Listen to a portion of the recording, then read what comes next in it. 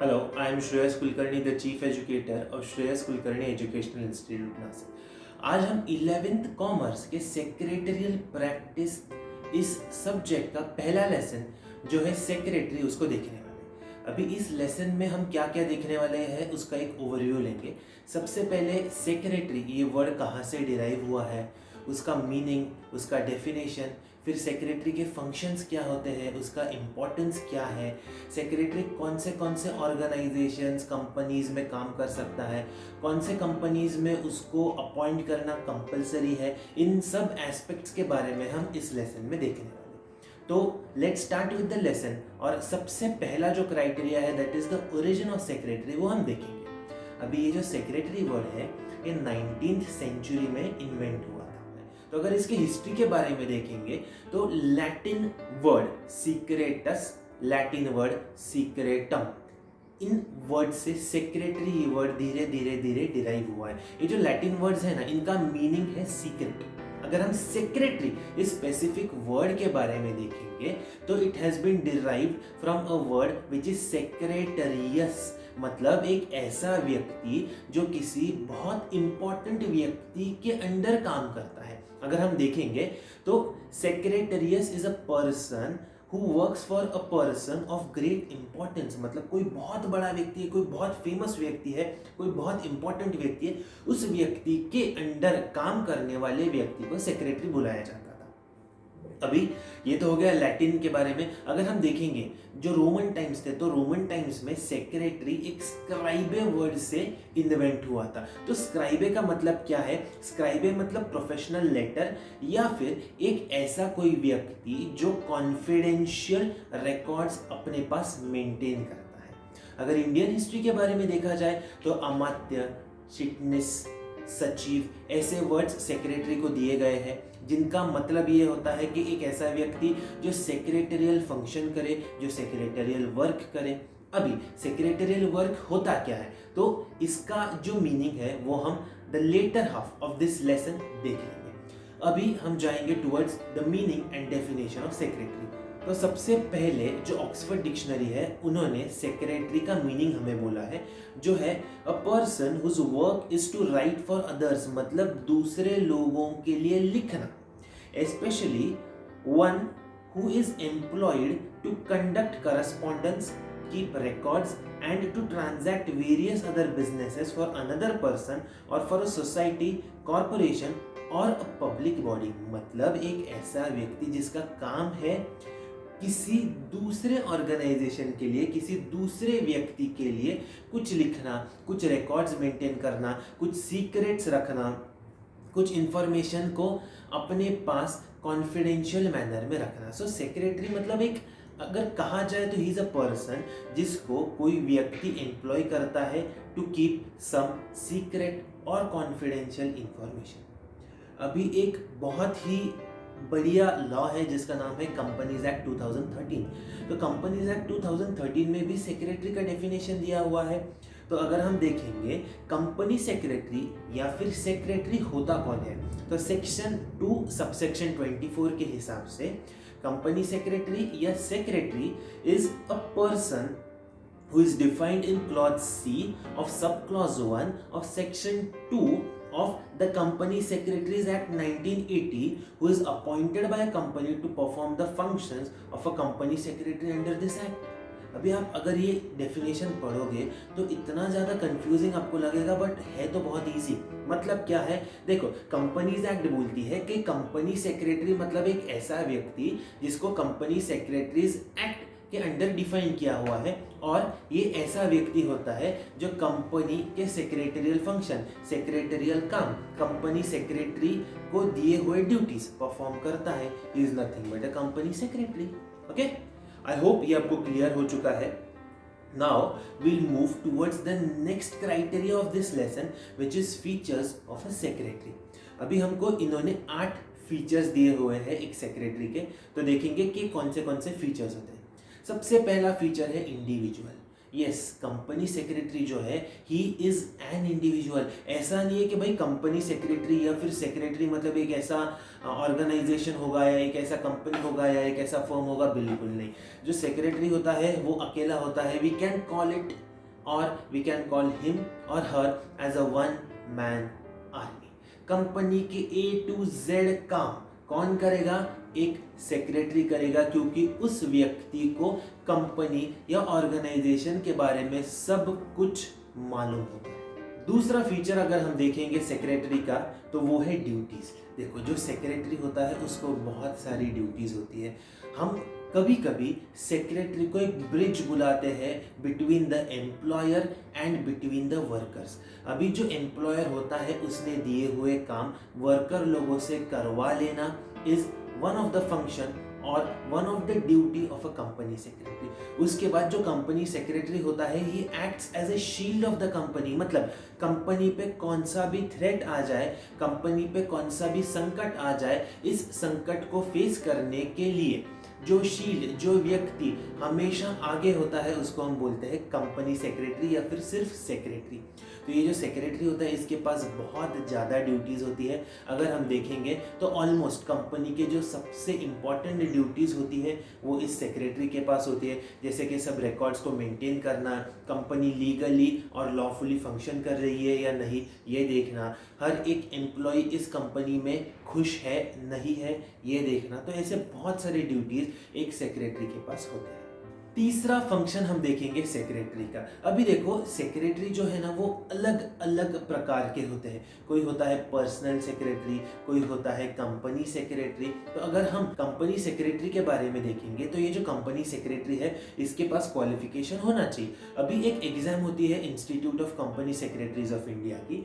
अगर इस एग्जाम के तीनों लेवल्स अगर आप कंप्लीट कर लेते हो तो आप बन जाओगे company secretary. If you want to become a company secretary of Reliance तो आपको क्या चाहिए? ICSI के जो तीनों लेवल्स के एग्जाम्स हैं वो अपने पास करने हैं और पास करने के बाद आप उस कंपनी के कंपनी सेक्रेटरी बन सकते हो। Now we will see the fourth feature of secretary which is appointment. देखो, वापस हम वही पॉइंट की तरफ आते हैं कि कौन से प्रकार के सेक्रेटरीज होते हैं। अलग अलग प्रकार के सेक्रेटरी होते हैं। Now depending upon the type of secretary उसका अपॉइंटमेंट किया जाएगा। The fifth feature which we are going to see of a secretary is he is a paid employee. देखो, कोई केसेस में secretary might not work for money, but in most of the cases जो secretary किसी organisation के लिए काम करता है वो हमेशा कोई ना कोई तो भी कंसिडरेशन, पैसा, सैलरी पूछने वाला है। He is going to demand some kind of amount for providing his valuable service to that particular organisation. So हमेशा याद रखना, सेक्रेटरी कभी भी फुकट में काम नहीं करता है। Now we'll see the sixth feature of company secretary which is confidential officer. Yes, this is a very important feature of company secretary. Confidential officer मतलब क्या? एक ऐसा ऑफिसर, एक ऐसा व्यक्ति जिसके पास कंपनी के सारे सीक्रेट्स, कंपनी के सारे कॉन्फिडेंशियल इंफॉर्मेशन होती है। ओके, अगर इस व्यक्ति ने सारी की सारी कॉन्फिडेंशियल इंफॉर्मेशन बाहर किसी को बता दी तो इसका जो जॉब है वो खतरे में आ जाएगा। So secretary is like a very loyal person to the company, जो कंपनी के इन्स एंड आउट्स किसी को भी नहीं बताता है। वो कंपनी के सारी इंफॉर्मेशन खुद के पास सीक्रेट मैनर में रखता है। Now we'll see the seventh feature of secretary which is representative. Representative मतलब क्या? देखो, जो कंपनी सेक्रेटरी होता है he is the representative of the company. मतलब जैसे कि एक फैमिली होती है, उस फैमिली का कोई एक रिप्रेजेंटेटिव होता है, मतलब घर का कोई बड़ा सदस्य। अगर घर पे कोई भी संकट आ जाए तो सबसे पहले ढाल बन के वो खड़ा रहता है। तो company secretary is like a shield of the company. He is the representative of the company. Company पे किसी ने केस किया तो कोर्ट में जाएगा कौन? कोर्ट में जाएगा एक सेक्रेटरी। अगर कंपनी पे कोई थ्रेट है तो इस थ्रेट को एलिमिनेट करने के लिए जाएगा कौन? सेक्रेटरी। अगर कंपनी को कोई बड़ी अपॉर्चुनिटी आ रही है तो इस अपॉर्चुनिटी को ग्रैब करेगा कौन? Secretary. So a secretary is nothing but a representative of the company. Company के साथ कुछ भी अच्छा हो कुछ भी बुरा हो उसको सबसे पहले फेस करना पड़ेगा सेक्रेटरी को। जो 8th फीचर है वो बहुत ही ज़्यादा इंपॉर्टेंट फीचर है, जो है क्वालिटी। तो चलो, आज मैं आपको एक टास्क देने जा रहा हूँ कि एक सेक्रेटरी के पास कौन सी क्वालिटीज होनी चाहिए वो आप मुझे बताओ, मुझे कमेंट सेक्शन में लिख के शेयर करना, फिर हम उसके बारे में डिस्कस किया। Now we are going to move towards the next criteria which is importance of secretary. देखो एक ऑर्गेनाइजेशन में सेक्रेटरी क्यों चाहिए, ओके तो उसके लिए हमको वापस 8 इंपॉर्टेंस दिए हुए हैं। तो ये जो 8 इंपॉर्टेंस है उनको हम अभी डिस्कस करेंगे। सबसे पहला इंपॉर्टेंस है एक्सपर्ट एडवाइस एंड गाइडेंस। देखो अभी रिसेंटली हमने सेक्रेटरी के कुछ फीचर्स देखे, उसमें से जो लास्ट फीचर था वो था क्वालिटी। तो एक क्वालिटी मैं आपको बताना चाहूंगा कि जो सेक्रेटरी होता है ना, he should be an expert in his field. वो जो काम करता है ना उस काम के बारे में उसको 100% ज्ञान होना चाहिए।